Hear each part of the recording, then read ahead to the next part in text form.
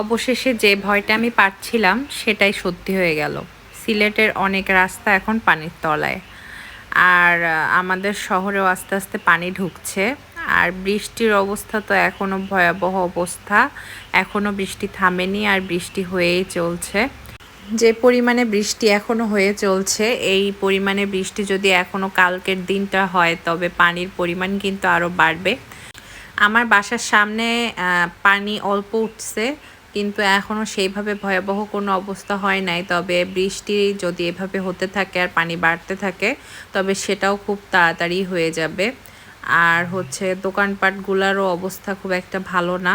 সিলেটে প্রত্যেক বছর এই সময়টাই বন্যা আসলেই কারোর কাম্য নয়।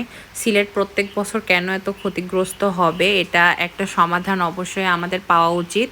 তো এই পর্যন্ত আজকের ভিডিও শেষ করছি। সবাই ভালো থাকবেন, সুস্থ থাকবেন এবং নিরাপদে থাকবেন।